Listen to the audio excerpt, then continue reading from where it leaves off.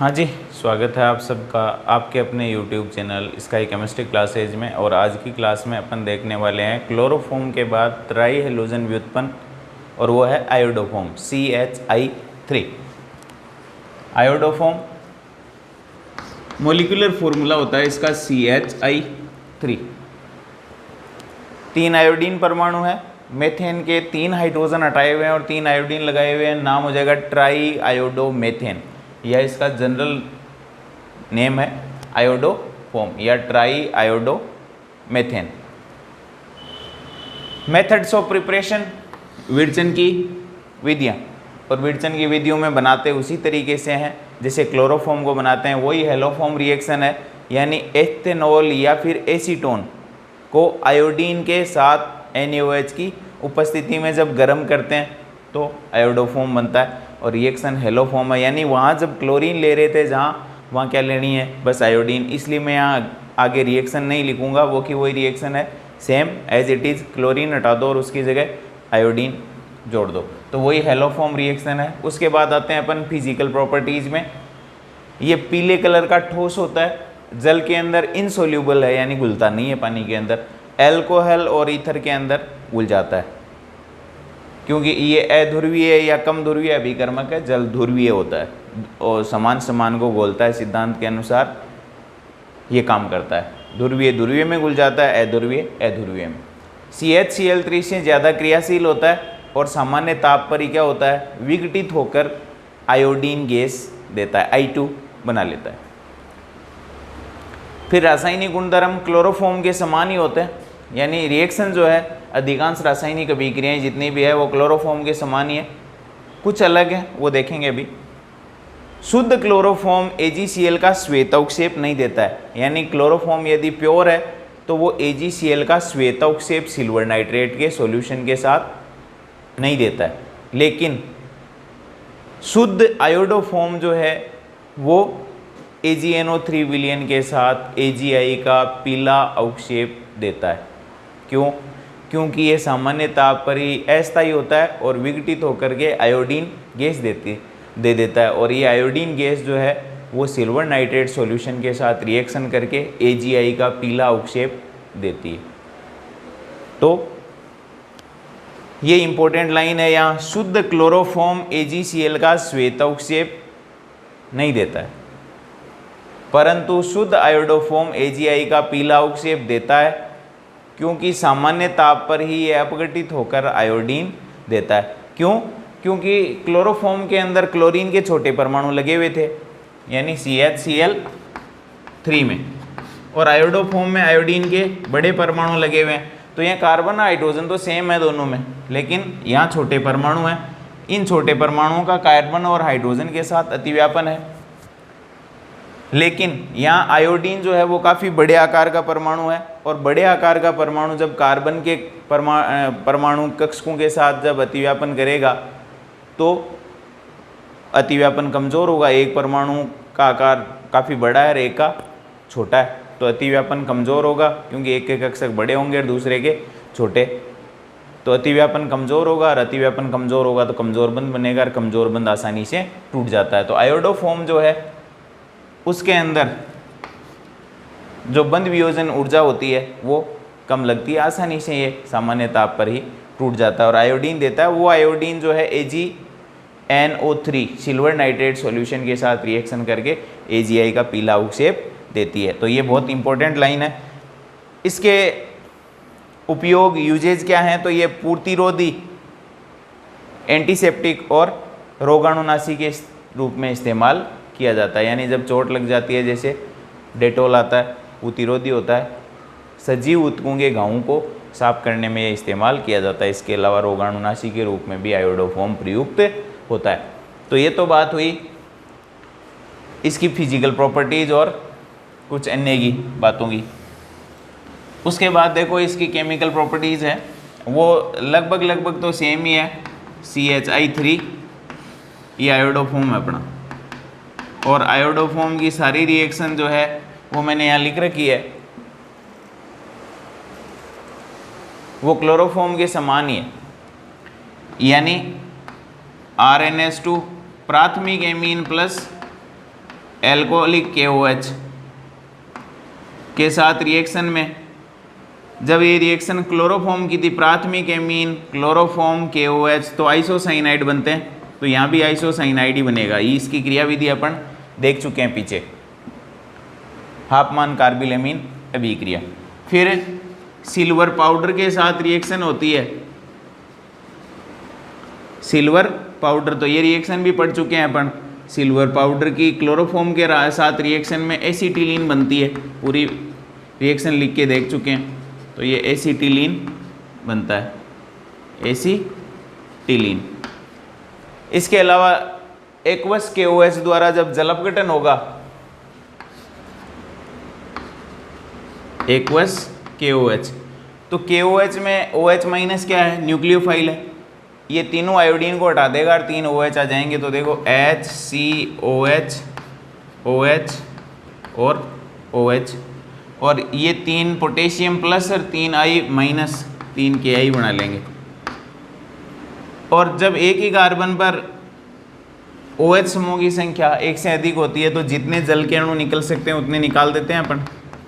तो HC double bond O और OH, ये बन जाएगा फॉर्मिक एसिड। लाल चींटी से मिलता है फॉर्मिका से, फॉर्मिक एसिड। IUPAC नाम मेथेनोइक एसिड, अलग क्लास में बात करेंगे IUPAC की। इसके अलावा जब आयोडोफॉर्म को गर्म करते हैं तो सामान्य ताप पर ही टूट जाता है, तो गर्म करने से भी टूटेगा। क्यों? क्योंकि बंद वियोजन एंथैल्पी के मान क्या होते हैं, कम होते हैं। क्यों? क्योंकि कार्बन के कक्षक छोटे आकार के, आयोडीन के कक्षक बड़े आकार के, तो छोटे आकार के कक्षकों और बड़े आकार के कक्षकों में अतिव्यापन कमज़ोर होता है, कमज़ोर अतिव्यापन से कमज़ोर बंध बनते हैं जो आसानी से टूट जाते हैं। तो गर्म करने पर क्या होता है, गर्म करने से I2 की बैंगनी वाष्प निकलती है, बैंगनी रंग की वाष्प। इसके अलावा जब अपचयन करवाते हैं, यानी हाइड्रोजन जोड़ोगे, तो 2 हाइड्रोजन आंशिक अपचयन में, एक आयोडीन इसके साथ मिलकर एक HI बना लेगी और ये बन जाएगा CH2I2। एक हाइड्रोजन अंदर चला गया, किसमें, इसमें, और एक आयोडीन बाहर आ गई, तो CH2I2। इसके अलावा सिल्वर नाइट्रेट सॉल्यूशन यानी AgNO3 के साथ जब रिएक्शन होती है आयोडोफॉर्म की, तो ये AgI का क्या देता है, पीला अवक्षेप देता है। ये इंपॉर्टेंट चीज़ है, ये AgI का पीला अवक्षेप अपने को देता है। कौन? आयोडोफॉर्म AgNO3 के साथ, चाहे शुद्ध अवस्था में हो चाहे अशुद्ध अवस्था में हो देगा, क्योंकि अस्थायी होता है, टूट कर आयोडीन देता है। लेकिन क्लोरोफॉर्म जो है ऐसा नहीं करता है, वो शुद्ध अवस्था में ये टेस्ट नहीं देता है, यानी सिल्वर नाइट्रेट के साथ AgCl का श्वेत अवक्षेप क्लोरोफॉर्म नहीं देता है। तो ये कुछ केमिकल प्रॉपर्टीज़ थी जो आयोडोफॉर्म से संबंधित थी। ये था अपना आयोडोफॉर्म। आगे अपन देखते हैं कार्बन टेट्राक्लोराइड यानी CCl4 या टेट्राक्लोरोमेथेन। अब टेट्राक्लोरोमेथेन जो है, चारों मेथेन के हाइड्रोजन हटा दिए, 4 क्लोरीन लगा दिए, तो ये हो जाएगा टेट्राक्लोरोमेथेन। उसके विरचन की विधियाँ, मेथड्स ऑफ प्रिपरेशन। तो प्रिपरेशन मेथड्स के अंदर पहली है क्लोरोफॉर्म CHCl3, इसकी रिएक्शन करवा दो क्लोरीन के साथ, ये सूर्य के प्रकाश की उपस्थिति में, तो ये हाइड्रोजन हटा देगा, ये CCl4 + HCl। एक मेथड तो ये है। इसके अलावा दूसरी मेथड है कार्बन डाइसल्फाइड यानी CS2, इसकी रिएक्शन करवा दो क्लोरीन के साथ, तो भी क्या देता है, CCl4 और डाइसल्फर डाइक्लोराइड। इसके अलावा एक थर्ड मेथड और है, कार्बन डाइसल्फाइड की डाइसल्फर डाइक्लोराइड के साथ रिएक्शन, तो भी CCl4 + 6s 6 सल्फर एटम निर्मित होते हैं। तो ये कुछ रिएक्शंस हैं जिनके द्वारा अपन CCl4 को बना सकते हैं, कोई इम्पोर्टेंट नहीं है इतनी। उसके बाद है फिजिकल प्रॉपर्टीज यानी भौतिक गुणधर्म। अब CCl4 जो है रंगहीन द्रव है जिसकी मीठी खुशबू होती है। इसके अलावा ये जल के अंदर अविलेय होता है, लेकिन एल्कोहल और ईथर के अंदर घुल जाता है, और ये पायरीन के नाम से बाजार में बेचा जाता है, और ये अग्निशामक के रूप में, आग बुझाने वाले पदार्थ के रूप में प्रयुक्त होता है। तो ये तो हुई इसकी फिजिकल प्रॉपर्टीज़। उसके बाद बात करते हैं अपन इसकी केमिकल प्रॉपर्टीज़। तो CCl4 की केमिकल प्रॉपर्टीज़ के अंदर देखते हैं, देखो कौन कौन सी है। CCl4 कई सारी केमिकल प्रॉपर्टीज शो करता है।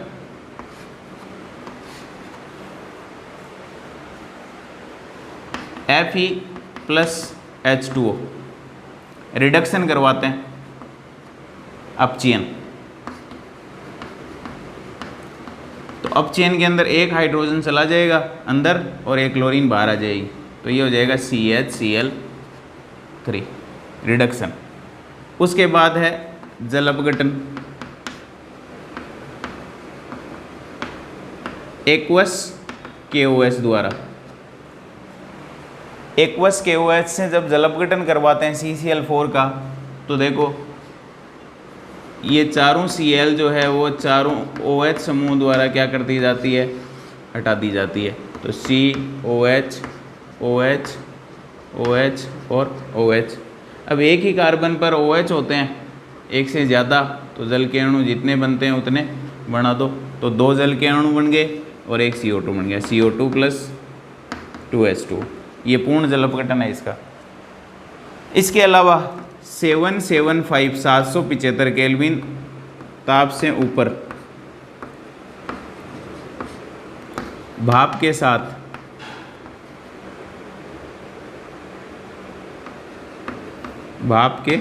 साथ रिएक्शन जब होती है इसकी, तो बनती है COCl2 यानी फोस्जीन, और साथ में बनता है HCl। ये फोस्जीन वही है COCl2। इसके अलावा SbCl5 इसकी उपस्थिति में जब रिएक्शन HF के साथ होती है इसकी, तो बनता है CF2Cl2, और यह है फ्रीऑन।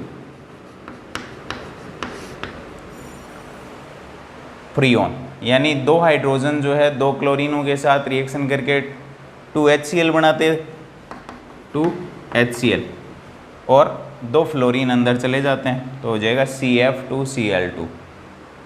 ये हो जाएगा फ्रीऑन। अब फ्रीऑन भी कई टाइप के होते हैं, उनको आगे डिटेल से देखेंगे अपन कि किस किस टाइप के फ्रीऑन्स होते हैं। इसके अलावा AlCl3 की उपस्थिति में रिएक्शन करवाते हैं Cl-CH डबल बॉन्ड इसके साथ, यानी 1,2 डाइक्लोरोएथीन के साथ रिएक्शन होती है किसकी, CCl4 की AlCl3 की उपस्थिति में। तो क्या बनता है, तो बनता है CH Cl Cl CH Cl और CCl3। AlCl3 क्या है, लुईस एसिड है, लुईस अम्ल। और लुईस अम्ल क्या करते हैं, लुईस अम्ल के पास इलेक्ट्रॉनों में कमी होती है, तो ये किसी ऋणायन को ग्रहण करते हैं। जैसे CCl4 है, तो AlCl3 इसके साथ रिएक्शन करेगा, पहले इसमें से Cl माइनस निकालेगा, तो ये खुद बना लेगा AlCl4 माइनस, और पीछे रह जाएगा CCl3 प्लस। अब CCl3 प्लस जो है वो इसके साथ रिएक्शन करेगा, तो ये है Cl CH double bond CH और Cl। इस बंद के इलेक्ट्रॉनों को चाहो तो आप इधर शिफ्ट कर दो और चाहो आप इधर शिफ्ट करो, क्योंकि ये सिमेट्रिक मॉलिक्यूल है, तो आप इधर शिफ्ट करोगे तो माइनस इधर आ जाएगा, माइनस इधर आएगा तो ये प्लस वाला जोड़ दो, तो ये CCl3, देखो मैंने यहाँ जोड़ रखा है CCl3। अब AlCl3 जो है एक तरीके से क्या है, कैटलिस्ट है, उत्प्रेरक है, और उत्प्रेरक रासायनिक अभिक्रियाओं में अपरिवर्तित रहते हैं। तो ये AlCl4 माइनस जो है वापस टूटेगा किस में, AlCl3 प्लस Cl माइनस में, इधर किसका आएंगे तो ये माइनस और यहाँ प्लस, ये Cl माइनस वापस आकर के इस कार्बन से जुड़ जाएगा, ये रहा, यहाँ जोड़ दिया मैंने। तो एक तरफ Cl जुड़ जाएगा, एक तरफ CCl3 जुड़ जाएगा और ये बन जाएगा। अब इसका नाम आपको लिखना है, तो नाम देखो क्या हो जाएगा इसका, C और ये C, इससे 3 क्लोरीन जुड़ रहे हैं, ये CHCl है और ये कार्बन से 2 क्लोरीन जुड़ रहे हैं। तो सबसे लंबी कार्बन चेन कौन सी हो गई, ये हो गई 3 कार्बन की। तो 1 2 3 सबसे ज़्यादा प्रतिस्थापी हैं इस पे, प्रतिस्थापी इस पे भी है और प्रतिस्थापी इस पे भी है, लेकिन ज़्यादा इधर हैं तो इधर से नंबरिंग देंगे। तो 1 1 1 कोमा 1 नंबर पे 3, फिर 2 पे 1 Cl, फिर 3 पे 2 Cl। तो 1 1 1 कोमा 2 कोमा 3 कितने हो गए, 3 और 3 6, हेक्साक्लोरो और कार्बन चेन में 3 कार्बन है तो प्रोपेन। तो नाम हो जाएगा 1112333 हेक्साक्लोरो प्रोपेन, 111233 हेक्साक्लोरो प्रोपेन नाम हो जाएगा इसका। इसके अलावा ये तो बात हुई इसकी। अब ये राइमर-टीमान रिएक्शन भी देता है, और राइमर-टीमान रिएक्शन होती है किसकी,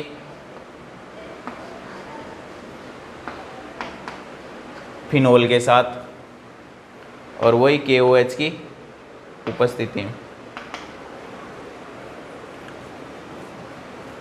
अब CCl4 की फिनोल के साथ रिएक्शन KOH की उपस्थिति में, इसको राइमर-टीमान रिएक्शन कहते हैं। अब रिएक्शन में बनेगा क्या, तो ये फिनोल है अपना,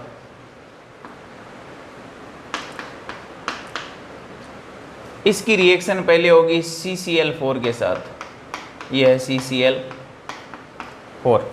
अब फिनोल में आपको पता है ऑर्थो और पैरा स्थितियों पर इलेक्ट्रॉन घनत्व बढ़ा हुआ होता है इसके अनुनाद प्रभाव के कारण। ये 11वीं क्लास का मैटर है वैसे। तो ऑर्थो स्थिति से क्या करता है, यहाँ नाभिग्राही आक्रमण करता है और इसको एक क्लोरीन को बाहर निकाल देता है।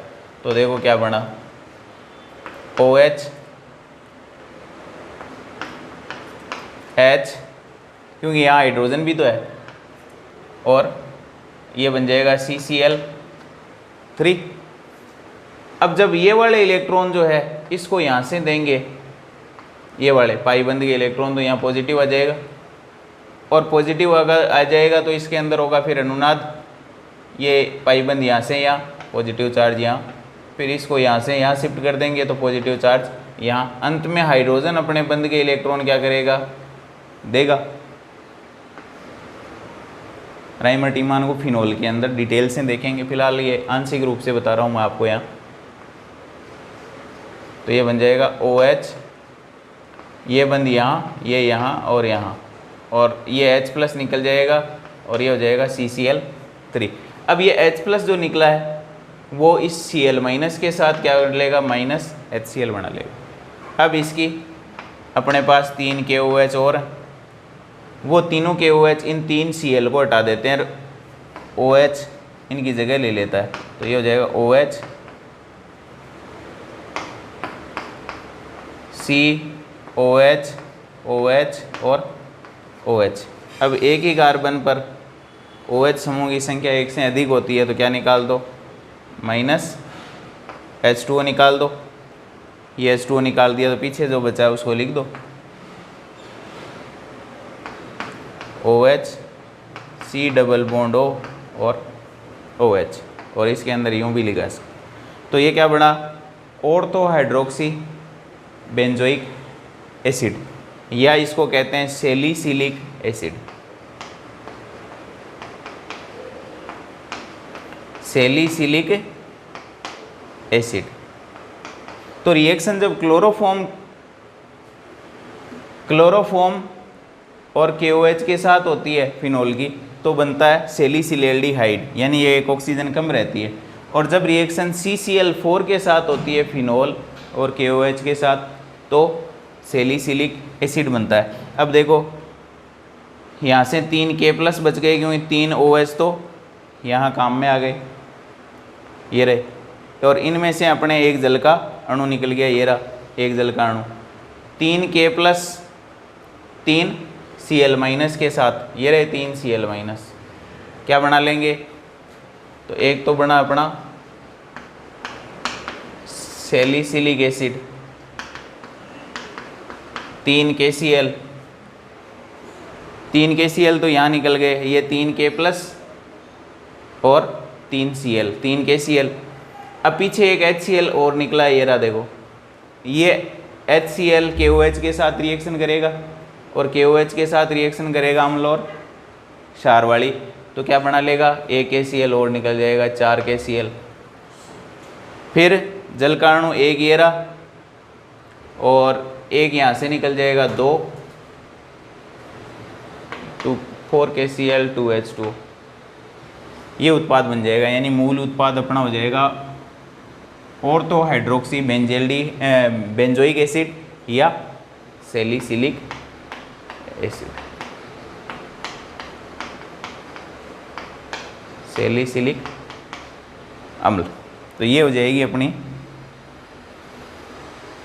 CCl4 की रिएक्शन। अब CCl4 क्या काम में आता है? तो CCl4 जो अग्निशामक के रूप में बाज़ार में बेचा जाता है, एक चीज़। इसके अलावा ये निर्जल धुलाई में भी काम में आता है। इसके अलावा टेपवर्म और हुकवर्म रोग हैं, उनके इलाज में भी प्रयुक्त होता है। तो ये कुछ इसके महत्वपूर्ण उपयोग भी थे। और ये कार्बन टेट्राक्लोराइड, ये जो रिएक्शन है राइमर-टीमान रिएक्शन, ये इम्पोर्टेंट रिएक्शन है, लेकिन इसके मैकेनिज्म को डिटेल से अपन आगे फिनोल के अंदर देखने वाले हैं कि ये किस तरीके से रिएक्शन होती है। तो ये थी अपनी कार्बन टेट्राक्लोराइड की रिएक्शंस।